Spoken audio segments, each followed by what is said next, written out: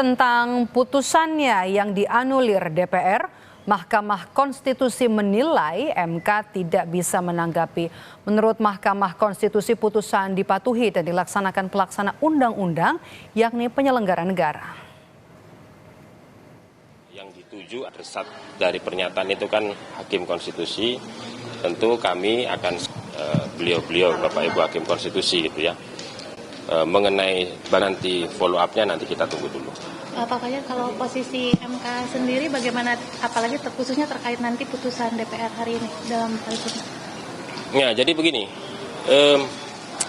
Mahkamah Konstitusi itu sudah selesai menjalankan wewenangnya, menguji undang-undang terhadap undang-undang dasar, dalam hal ini undang-undang pilkada. MK hanya berbicara melalui putusan.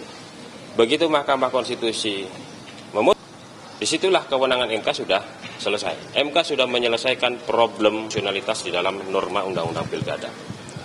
Lalu bagaimana? Nah, setelah MK memutus, itu bukan wewenang MK lagi.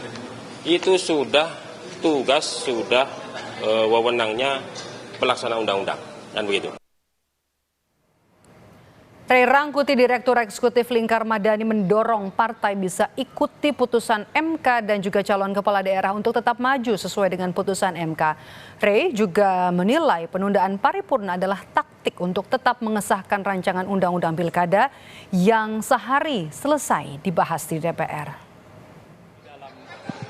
Akademisi, kemudian juga para aktivis 98 tetap mendorong kepada seluruh partai politik yang memiliki keinginan untuk mencalonkan pasangan calon mereka di dalam pilkada agar tetap melaksanakannya dengan merujuk kepada putusan Mahkamah Konstitusi yang ada sekarang ini. Dan yang kedua adalah meminta segera kepada KPU sebagai penyelenggara pemilu untuk segera merevisi PKPU tentang pencalonan yang berkaitan pada dua hal. Pertama tentu saja soal syarat minimal pencalonan, dan yang kedua syarat minimal usia bagi calon.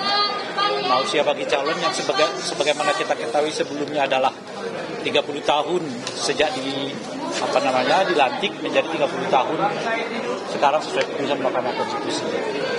Nah, yang ketiga tentu beserta dengan itu juga kita berharap partai-partai politik dengan segera mengubah sikap mereka dan berharap sekarang penundaan paripurna itu bukanlah semacam taktik untuk membuat gerakan mahasiswa yang mulai kelihatan dan masyarakat yang mulai kelihatan muak dengan praktek-praktek seperti yang sekarang ini, lalu kemudian diam-diam mereka mensahkannya. Karena seperti kita ketahui beberapa kali rapat paripurna itu tanpa quorum kok mereka tetap sahkan. Misalnya undang-undang Omnibus Law yang dulu seingat saya juga tidak quorum, tapi mereka tetap sahkan. Jadi jangan sampai taktik yang sekarang ini mereka tunda, istilah mereka itu, demi sekedar mengademkan suasana, lalu diam-diam mereka putuskan sendiri. Nah, oleh karena itulah kita berharap itu bukan cara berpolitik yang sehat dan bukan mendidik masyarakat yang sehat. Nah, yang keempat, kita juga menyesalkan pernyataan-pernyataan anggota DPR yang menyamakan putusan MA dengan MK terkait dengan uji materi. Jelas putusan MK itu jauh lebih kuat dibanding putusan MK terkait dengan uji materi. Sebab